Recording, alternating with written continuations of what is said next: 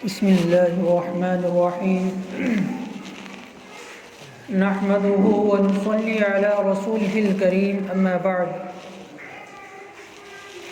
قال الله تبارك وتعالى في القرآن المجيد والفرقان الحميد أعوذ بالله من الشيطان الرجيم بسم الله الرحمن الرحيم ما آتاكم الرسول فخذوه وما نهاكم عنه فانتهوا واتقوا الله إن الله شديد العقاب صدق الله العظيم.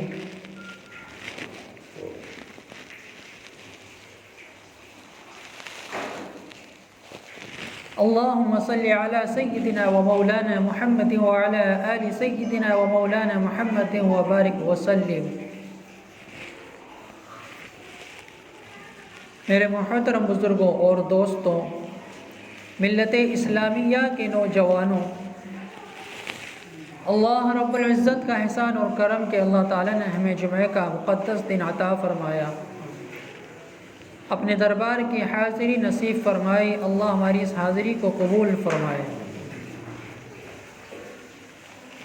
جیسا کہ پچھلے جمعے میں بتایا گیا تھا، یہ شعبان المعظم کا مہینہ چل رہا ہے. اس کے بعد آنے والا مہینہ رمضان المبارک کا مہینہ ہے.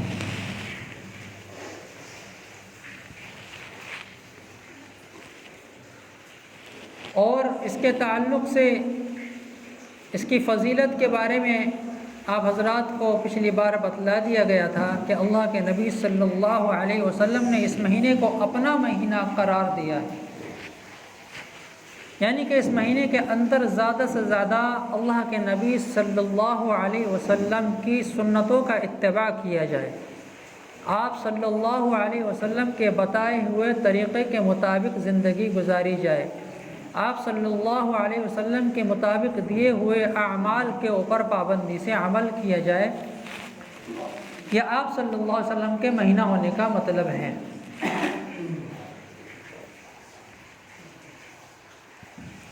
اب 4 دن کے بعد اس مہینے میں ایک رات آنے والی ہے جسے شب برات کہتے ہیں. وہ بھی بڑی برکت والی رات ہے، فضیلت والی رات ہے، سعادت اور اکرام والی رات ہے، رحمت والی رات ہے.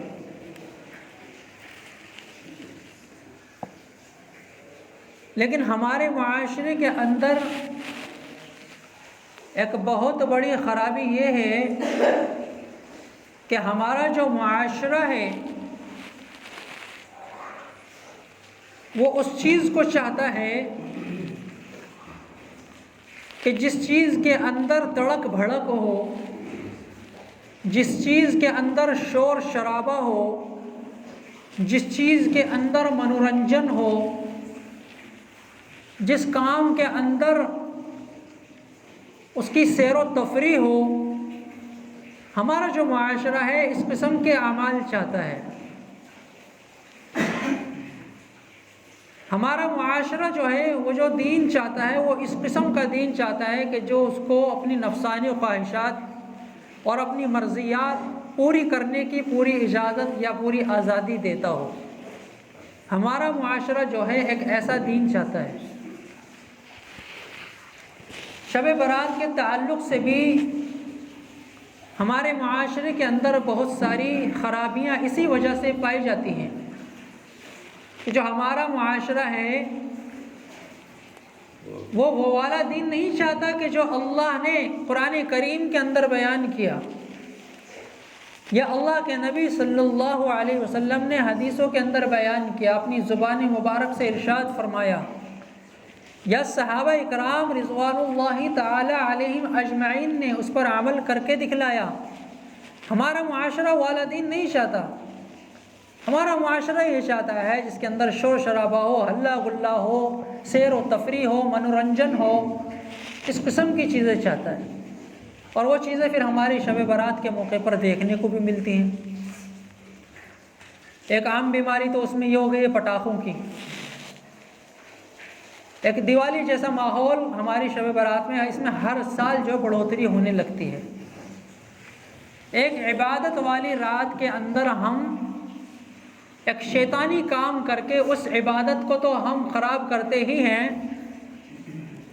پلس ہم یہ کرتے ہیں کہ ہم اس رات کے اندر گناہ کر کے اور زیادہ اپنے اوپر اللہ تعالیٰ کا غضب اور غصہ اور وبال مسلط کر لیتے ہیں۔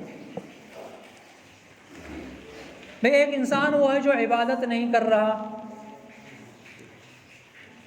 ایک انسان وہ ہے جو عبادت نہیں کر رہا لیکن عبادت کے بدلے میں وہ گناہ کر رہا ہے۔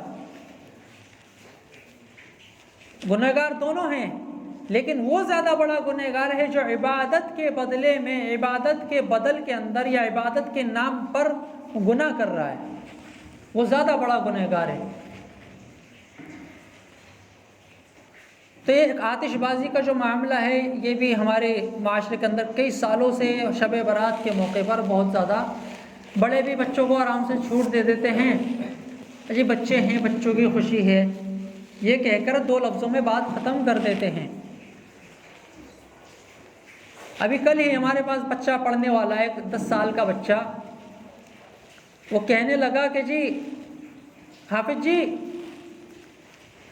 کہ جو شب برات جو ہوتی ہے یہ ہماری دیوالی ہوتی ہے۔ یعنی کہ کس نے کہہ دیا کہ جی ہمارے ماموں بتا رہے تھے یہ ہماری دیوالی ہوتی ہے۔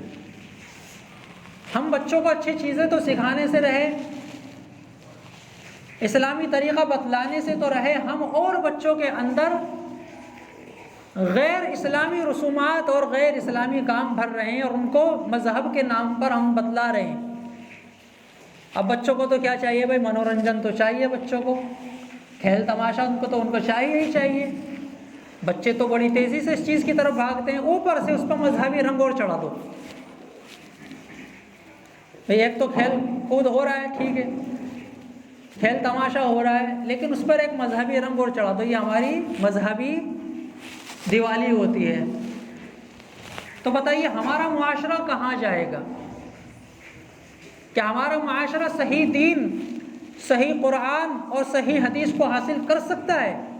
جو بڑے ہیں انہی کو صحیح اپنی شریعت کا معلوم نہیں، اپنے دین کا، مذہب کا معلوم نہیں، اور اوپر سے پھر وہ چھوٹوں کو بھی وہی سکھلا رہے ہیں۔ اللہ کے نبی صلی اللہ علیہ وسلم نے ارشاد فرمایا من تشبہ بقوم فہو من، اور ایک حدیث میں آیا کہ من تشبہ بقوم فہو رفع من، کیا فرمایا کہ جو جس قوم کی مشابہت اختیار کرے گا وہ کل قیامت کے دن اسی کے اندر اٹھایا جائے گا۔ یہ آتش بازی کس کا طریقہ ہے؟ یہ اسلام کا طریقہ ہے یا غیروں کا طریقہ ہے؟ یہ آتش بازی اسلام کا طریقہ نہیں ہے، یہ بالکل اور خالص شیطانی طریقہ ہے اور غیر اسلامی طریقہ ہے۔ اس کے اندر فضول خرچی الگ پائی جاتی ہے، لوگوں کا نقصان اور مضرت الگ پائی جاتی ہے، لوگوں کو تکلیف دینا اس کے اندر الگ پایا جاتا ہے، جان کا نقصان، مال کا نقصان اس کے اندر الگ پایا جاتا ہے۔ یہ تو دنیاوی نقصان ہو گئے، اور شرعی نقصان یہ ہے کہ بھئی شریعت کے اندر اس کا کوئی کہیں سے کہیں تک قابل قبول یہ عمل ہے ہی نہیں۔ یہ تو بچوں کی باتیں ہو گئیں، بچوں میں بھی وہ نہیں کہ جو چھوٹے چھوٹے بچے ہوتے ہیں، بچوں میں بھی جو آج کل کے بالغ بچے جو 18-20 سال کے، وہ کیونکہ ہمارے معاشرے کے اندر 18-20 سال کا وہ بچہ ہی کہلاتا ہے، بالغ بھی ہو جاتا ہے نا تو ہمارے معاشرے میں وہ بچہ ہی کہلاتا ہے، اگرچہ کہ اس کے اوپر نماز فرض ہو چکی ہے، روزہ فرض ہو چکا ہے، لیکن ہمارے معاشرے کے اندر وہ بچہ کہلایا جاتا ہے۔ تو خیر بہرحال اس چیز پر ہمیں، یہ جو بڑے ہیں، یہ بڑوں کو خاص طور سے اس بات پر توجہ دینے کی ضرورت ہے کہ بھئی تم اس رات میں اگر عبادت نہیں کر سکتے تو کم از کم گناہ کا کام تو نہ کرو، اپنی عبادت والی رات کو اپنے اوپر وبال نہ بناؤ۔ پھر اور دوسری خرابیاں اس کے اندر جو نوجوان نسل کے اندر پائی جاتی ہے، راتوں کے اندر ہلہ گلا کرنا۔ بھئی یہاں اس علاقے میں تو آپ کو ایسا ماحول نہیں ملے گا، کیونکہ ہمارا پرسنٹیج ہی کیا ہے یہاں پر، لیکن آپ تھوڑا سا آگے نکل جائیں اپنے علاقوں میں، مصطفیٰ آباد ہے، جعفر آباد ہے، دلی شہ ہے، سب جانتے ہیں۔ وہاں پر جب آپ نکلیں گے تو وہاں پر آپ کو جو ہڑدنگ بازیاں اور جو ہلا گلا اس رات کے اندر دیکھنے کو ملے گا تو اندازہ ہو جائے گا کہ واقعی ہماری نسل کے اندر کتنی بڑی دین کی کمی ہے اور ان کو کتنی بڑی تربیت کی ضرورت ہے۔ ہر سال کچھ نہ کچھ واقعات اس قسم کے دیکھنے کو ملتے ہیں، نقصانات کے، ایکسیڈنٹ کے، مالی اور جانی نقصان کے، اس رات کی وجہ سے۔ اب تو بیچارہ پرشاسن بھی اس رات میں بڑا پریشان ہونے لگا ہے، اس کو بھی بہت ساری انتظامات کرنے پڑتے ہیں اسی وجہ سے۔ خیر بہرحال یہ عبادت والی رات ہے تو اس کو عبادت والی ہی رات بنا رہنے دیں، اس کو وبال والی یا زحمت والی رات نہ بنائیں۔ اگر رحمت والی رات ہے تو رحمت ہی اس سے حاصل کریں، اس سے زحمت حاصل نہ کریں یا دوسروں کو زحمت نہ دیں۔ اور اس کے اندر جو اعمال کرنے کے لیے بتلائے جاتے ہیں، ایک تو رات کے اندر جاگ کر اللہ رب العزت کی عبادت کرنا۔ اب جاگنے کا کتنا معیار ہے آپ کا، وہ آپ کے اوپر ہے، اس کے اندر کوئی قید نہیں ہے، اس کے اندر کوئی قید ہی نہیں ہے کہ بھئی آپ کو پوری رات جاگنا ہے یا آپ کو آدھی رات جاگنا ہے یا آپ کو 2-3 گھنٹے جاگنا ہے، نہیں۔ اس بات کو اچھی طریقے سے سمجھ لیں، اس کا کوئی بھی کہیں سے کہیں تک کوئی قید والا معاملہ نہیں ہے۔ جتنی دیر آپ چاہیں، عشاء کی نماز کے بعد جتنی دیر آپ جاگ سکتے ہیں اور جتنی عبادت آپ کر سکتے ہیں اور جون سی عبادت کر سکتے ہیں، ان باتوں کو سمجھ لیں اچھی طریقے سے۔ یہ کیوں بتلائی جا رہی ہیں؟ یہ بات بھی میں اس لیے بتلا رہا ہوں کہ اسی رات کے تعلق سے بہت سی لوگوں نے من گھڑت عبادتیں بنا لی ہیں کہ بھئی اس رات کے اندر الفیہ والی نماز پڑھی جاتی ہے۔ اب الفیہ والی نماز کسی مولوی سے آپ پوچھنے جاؤ، کسی مفتی سے پوچھنے جاؤ تو جو اس نے 8-10 سال کے اندر مولویت کی ہے اور جو بڑی حدیث کی کتابیں پڑھی ہیں، ان ساری کتابوں کے اندر صحاح ستہ کے اندر کہیں سے کہیں تک یہ الفیہ والی نماز کا کوئی ذکر ہی نہیں ہے۔ تو یہ جو فری فنڈ کے مولوی ہوتے ہیں نا، یہ بازارو مولوی، بازارو مولوی کون سے؟ داڑھی ٹوپی والے نہیں، بغیر داڑھی ٹوپی والے، کہ جن کو شریعت کا کوئی معلوم ہی نہیں ہوتا، شریعت کے کسی قانون کا ان کو معلوم ہی نہیں ہوتا، اور خاص طور سے اس قسم کی جو باتیں ہوتی ہیں وہ عورتوں میں زیادہ پھیلتی ہیں، اس قسم کی جو باتیں ہوتی ہیں وہ عورتوں میں بھی زیادہ پھیلتی ہیں۔ تو الفیہ والی نماز نہ تو اس کا کوئی قرآن و حدیث میں کوئی ذکر ہے، نہ اس کا کوئی ثبوت ہے کہ بھئی اتنی رکعت اس میں پڑھی جائے گی اور ہر رکعت میں اتنی مرتبہ قل هو اللہ پڑھنی ہے، اتنی مرتبہ الحمدللہ پڑھنی ہے، اتنی مرتبہ فلاں سورت پڑھنی ہے۔ کچھ بھی نہیں ہے، کچھ بھی نہیں ہے۔ بس صرف اتنا ہے کہ آپ جتنی چاہو نفل نماز 2-2 رکعت کر کے، جتنی چاہو 2-2 رکعت پڑھ کے اتنی پڑھو۔ 2 پڑھ سکتے ہو 2 پڑھو، 10 پڑھ سکتے ہو 10 پڑھو، 50 پڑھ سکتے ہو 50 پڑھو، 100 پڑھ سکتے ہو 100 پڑھو، یہ آپ کے اوپر ہے۔ قرآن کی تلاوت 1 رکوع کر پڑھ سکتے ہو 1 رکوع پڑھو، 10 پڑھ سکتے ہو 10 پڑھو، پورا پارہ پڑھ سکتے ہو تو پورا پارہ پڑھو، اس سے آگے پڑھ سکتے ہو اس سے آگے پڑھو۔ تسبیحات ہیں، جتنی تسبیح آپ پڑھ سکتے ہو، 1 پڑھ سکتے ہو 2 پڑھ سکتے ہو 5 پڑھ سکتے ہو 10 پڑھ سکتے ہو، وہ پڑھو۔ کوئی خاص عبادت اس کے اندر مقرر ہی نہیں ہے، بس عبادت والی رات ہے، جس طریقے سے بھی چاہو اللہ کو راضی کرو، جس طریقے سے چاہو اللہ کی تعریف بیان کرو۔ اللہ نے سارے راستے آپ کے لیے کھول دیے، اور بلکہ بعض علماء میں مشورہ دیتے ہیں کہ اگر آدمی ایک ہی عبادت کرتا رہے گا تو تھک جائے گا، اس کا دل اکتا جائے گا۔ مان لو ایک آدمی قرآن نہیں پڑھ رہا ہے تو قرآن پڑھتے پڑھتے اس کو نیند آ جائے گی، تو مشورہ دیا ہے، بس ایسا نہیں کہا کہ ایسا ہے، تو ایک مشورہ دیا ہے کہ بدل بدل کے تھوڑی تھوڑی عبادت سبھی کر لیں۔ تھوڑی دیر نفل میں کھڑا ہو جائے، نفل پڑھ لے، پھر تھوڑی دیر قرآن کی تلاوت کر لے، پھر تھوڑی دیر جو ہے تسبیحات پڑھ لے، تو عبادت بدل بدل کے کرتا رہے گا تو اس کے اندر تھوڑی سی ایکٹیویٹی باقی رہے گی. اس کو بھی لگے گا ہاں میں نے تھوڑی تھوڑی کئی طریقے کی عبادت کر لی ہے. ایک ہی عبادت کرے گا تو تھوڑا سا یوگتا جائے گا، ایک ہی عبادت کرتے کرتے اگر مان لو قرآن ہی پڑھتا رہے گا تو اسے اونگ آنے لگے گی، نیند آنے لگے گی. خالی نماز ہی پڑھتا رہے گا تو ہو سکتا ہے تھک جائے، زیادہ لمبی نمازیں پڑھنے کی اس کو عادت نہیں ہے. تسبیحات ہی پڑھتا رہے گا تو اسے لگے گا میں نے پتہ نہیں عبادت کری ہے نہیں کری ہے. تو تھوڑی تھوڑی ساری عبادتیں کر لیں بس. یہ اس کا سب سے آسان طریقہ ہے. اب کسی الجھاوے کے اندر پڑھنے کی ضرورت ہی نہیں ہے کہ بھئی کتنی دیر عبادت کریں، کون سی عبادت کریں، کیا عبادت کریں، کیا پڑھیں. کچھ بھی الجھاوے میں پڑھنے کی ضرورت نہیں ہے. بس سب سے آسان طریقہ ہے جتنی آپ عبادت کر سکتے ہو اپنے عبادت کرو، جو عبادت کر سکتے ہو وہ عبادت کرو. لیکن اس کے علاوہ جو فالتو کے کام ہیں، ہڑدنگ بازی کرنا، چوراہوں پہ کھڑے ہو کر اور چائے کے سٹکے لگا رہے ہیں، بیڑی کے سٹکے لگا رہے ہیں، باتیں کر رہے ہیں، ہنسی مذاق چل رہا ہے اور خوب مجلسیں لگ رہی ہیں، یار دوستوں کے ساتھ پورا کا پورا گروپ بائکوں پر گھومنے جا رہا ہے اور پورا کا پورا گروپ جو ہے قبرستان جا رہا ہے، گروپ کا گروپ.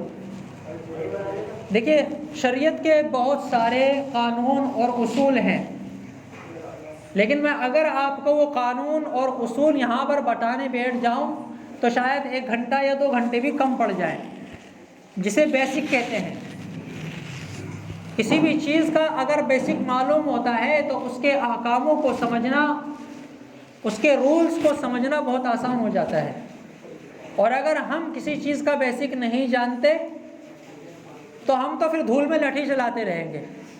ہمیں نہیں پتہ کہ ہم کیا کر رہے ہیں، ہم تو بس الٹا سیدھا جو ہمارے سمجھ میں آئے گا وہ ہم کرتے رہیں گے. بلکہ وقت پر اگر کوئی سمجھانے کی بھی ہمیں کوشش کرے گا تو ہمیں وہ بھی سمجھ میں نہیں آنے کی بات. تو اس لیے بس میں تو آپ کو صرف آسان سی بات بتا دی کہ کرنا کیا ہے اور کیا نہیں کرنا. اس چیز کو اچھے طریقے سے سمجھ لیجئے، کیونکہ اگر میں اس کا تذکرہ چھیڑ دوں کہ بھئی شریعت کے اصول کیا ہیں، شریعت کا بیسک کیا ہے، اس میں کیا ضروری ہے کیا غیر ضروری ہے، اس میں کیا ضروری ہے اور کیا غیر ضروری ہے، کب کیا کرنے کا حکم ہے اور کب کیا چھوڑنے کا حکم ہے.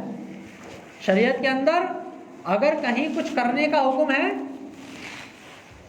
تو کہیں چھوڑنے کا بھی حکم ہے.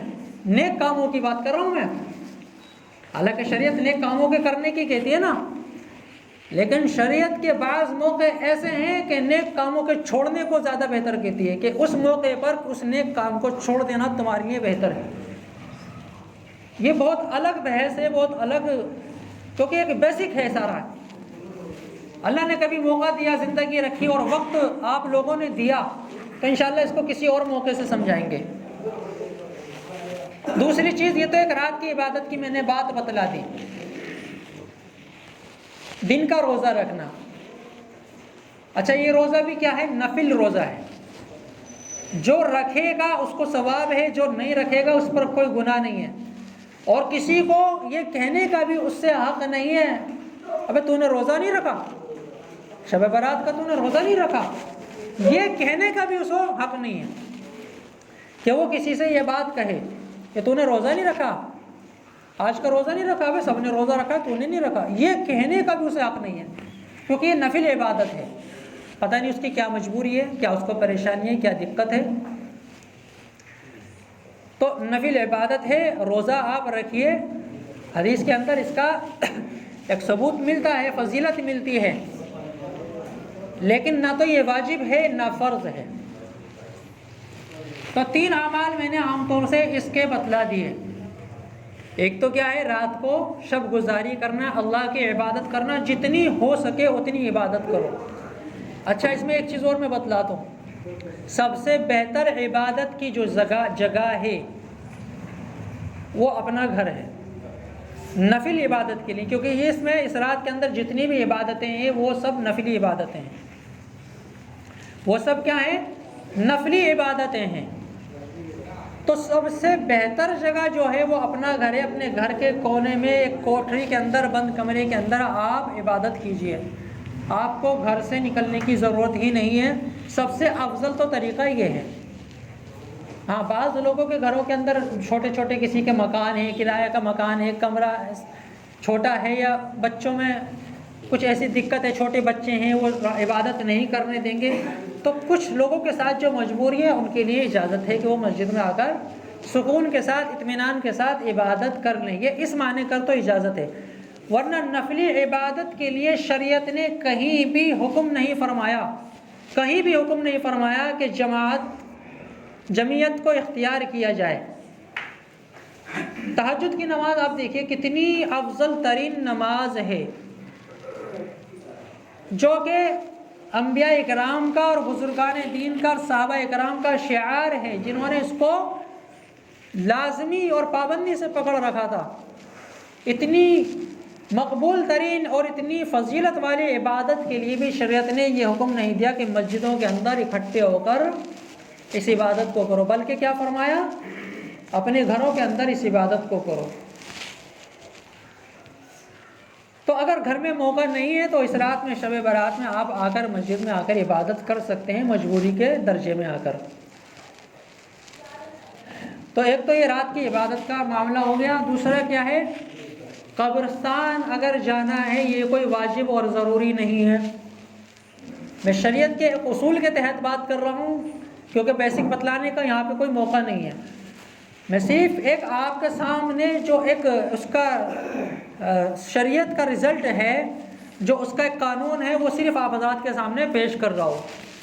اب کیوں، کیسے، کس طرح، ایسے کیوں، ویسے کیوں، کوئی اگر کسی کے ذہن میں یہ بات ہے وہ الگ سے آ کر بات کرے، کیونکہ بہت سے لوگ ایسے ہوتے ہیں جن کو سیدھی سادھی بات جو ہے ہضم نہیں ہوتی، وہ بہت ساری اس میں سوالات کھڑے کرتے ہیں۔ تو جن کو سوالات کھڑے کرنے وہ ٹائم دے الگ سے آگے۔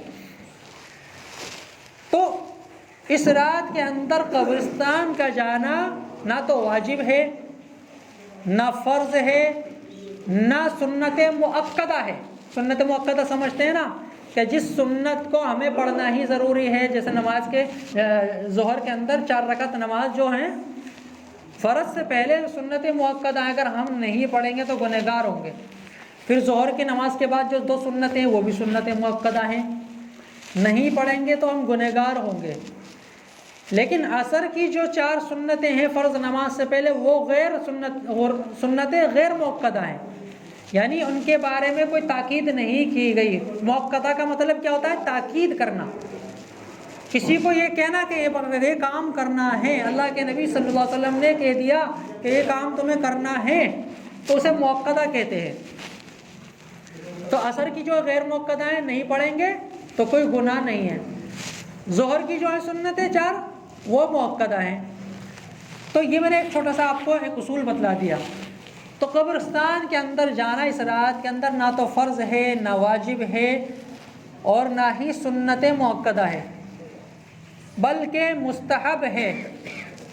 مستحب ہے، مستحب اس عمل کو کہتے ہیں کہ اگر آپ نے کر لیا تو اچھا ہے، اگر آپ کا موقع نہیں ہے جانے کا، نہیں گئے تو کوئی آپ کے اوپر گناہ نہیں ہے۔ ویسے پورے سال آپ کبھی بھی جاؤ، مرحومین کے لیے، اپنے رشتہ داروں کے لیے، اپنے آباء و اجداد کے لیے، مسلمانوں کے لیے کبھی بھی جاؤ، بلکہ حدیث کے اندر اس کی تو ترغیب آئی ہے، قبرستان جایا کرو، قبرستان جایا کرو، اس کی تو ترغیب آئی ہے۔ اس سے موت یاد آتی ہے، آخرت یاد آتی ہے، اللہ یاد آتا ہے، جایا کرو۔ لیکن اس موقع کی بات میں بتلا رہا ہوں، نہ اس موقع پر واجب ہے، نہ فرض ہے، نہ سنت مؤکدہ ہے۔ اور اگلے دن کا جو روزہ رکھنا ہے وہ بھی نفلی روزہ ہے، روزہ رکھیے، جس کو رکھنا ہے رکھیے، جو نہیں رکھ سکتا اس کے اوپر کوئی گناہ نہیں ہے۔ اللہ تعالی ہم سب کو عمل کی توفیق عطا فرمائے۔ وآخر دعوانا الحمد للہ رب العالمین۔